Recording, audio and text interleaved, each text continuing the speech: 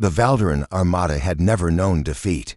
Across 3 galaxies, their crimson warships had crushed 847 civilizations, each conquest adding another star system to their ever-expanding empire. When their scouts discovered Earth, a small blue marble orbiting an unremarkable yellow star, the Hierarchy's War Council laughed. Primitive, Commander Zaxither had declared, his mandibles clicking in amusement. They still use chemical propulsion. Their weapons are crude kinetics and explosives. This will take less than a cycle, so they sent 9,700 ships. Felix Martinez stood on the observation deck of the ISS Unity station, watching the sky fill with crimson stars that shouldn't exist. He was exhausted. 72 hours without sleep would do that to anyone. But as Earth's chief military coordinator, sleep was a luxury humanity could no longer afford. They're not slowing down. Evelyn Chen reported from her station, her fingers dancing across holographic displays. The astrophysicist had become humanity's lead tactical analyst overnight, her mind adapting to warfare with the same brilliance she'd once applied to studying stellar phenomena. ETA to Earth orbit, 14 minutes. Felix nodded grimly. 14 minutes, until the largest invasion force in recorded history reached their home. Around the globe, every nation had united under a single banner for the first time in human history. Every resource, every weapon, every brilliant mind, all focused on one impossible goal: survival. All stations report ready, Felix said into his calm. Remember the plan. Make them think we're predictable. Make them think they've already won. The Valderan ships entered Earth's orbit in perfect formation, their shields shimmering with energy that could vaporize mountains. They had protocols, after all. Surround the planet, destroy orbital infrastructure, eliminate military capabilities, then broadcast surrender terms. It had worked 847 times before it would not work an 848th time. The first sign that something was wrong came when the humans didn't run. Their primitive satellites didn't scatter. Their space stations didn't evacuate. Instead, every piece of human technology in orbit suddenly went dark. Sensors detect nothing. A Valderan tactical officer reported, their infrastructure appears to have shut down. Commander Zaxither felt a tickle of unease.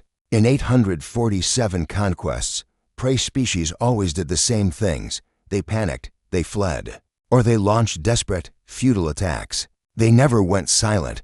Proceed with the Earth lit up, not with cities or lights, but with thousands of launch signatures.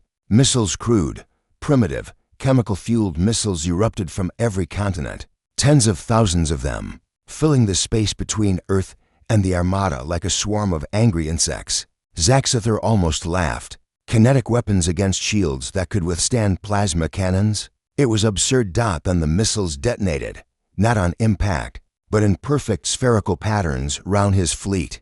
Not explosive warheads, but electromagnetic pulse weapons crude by Valderan standards, but deployed with devastating precision. Every missile had been a dummy, a distraction, packed with every electromagnetic pulse generator humanity could manufacture. 9,000 ships went dark simultaneously, shields down, power core offline, sensors blind. Reports flooded in from across the Armada. The Valderan had never encountered this tactic because no species had ever been desperate enough or creative enough to weaponize their own technological primitiveness. Secondary systems activating in 60 seconds. Zaxither's second officer reported, "We'll be vulnerable until..." He never finished the sentence. Earth's satellites came back online, but they weren't satellites anymore. Every telescope, every weather monitor, every communications relay had been retrofitted in secret. They were mirrors, thousands of them, each angled with mathematical precision. Evelyn had calculated the angles herself, working backward from the Valderan formation patterns observed in their previous conquests. When the Valderan ships arranged themselves in orbit, they would create what she called focal convergence points. The humans had turned their sun into a weapon. Concentrated solar beams, focused through thousands of orbital mirrors, struck the powerless Valderan ships like the fist of an angry god. Hulls designed to withstand energy weapons had never been tested against the focused output of a star. Metal boiled, atmospheres vented, ships crumpled like paper in a furnace. But humanity wasn't done. Now, Felix whispered. From Earth's surface, railguns fired not the precision weapons of advanced civilizations, but massive artillery pieces, brutal and inelegant. They launched projectiles that were nothing more than tungsten rods, accelerated to a fraction of light speed through electromagnetic acceleration. No guidance systems, no warheads, just mass and velocity. The laws of physics did the rest. Valdaran ships, still blind from the EMP assault and burning from solar concentration, had no chance to dodge. Kinetic kill vehicles punched through hulls like bullets through wet paper. Each impact released energy equivalent to tactical nuclear weapons. Ships broke apart, their debris creating cascading collisions throughout the tightly packed formation.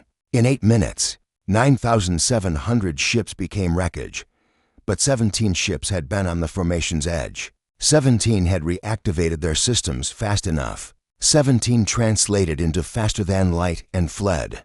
Carrying their sensor logs back to the Valdaran hierarchy, Felix watched them go, his face expressionless. Beside him, Evelyn let out a breath she'd been holding for what felt like hours. We did it, she whispered. We actually did it. No, Felix corrected, his eyes still on the stars where those 17 ships had vanished. We survived. There's a difference. He was right to be cautious. 3 months later, a single Valdaran scout ship approached Earth, broadcasting on all frequencies. The message was simple. The hierarchy acknowledges humanity. Your world is marked as sovereign territory. We will not return. Evelyn read the report with disbelief. They're just leaving us alone? Felix nodded slowly.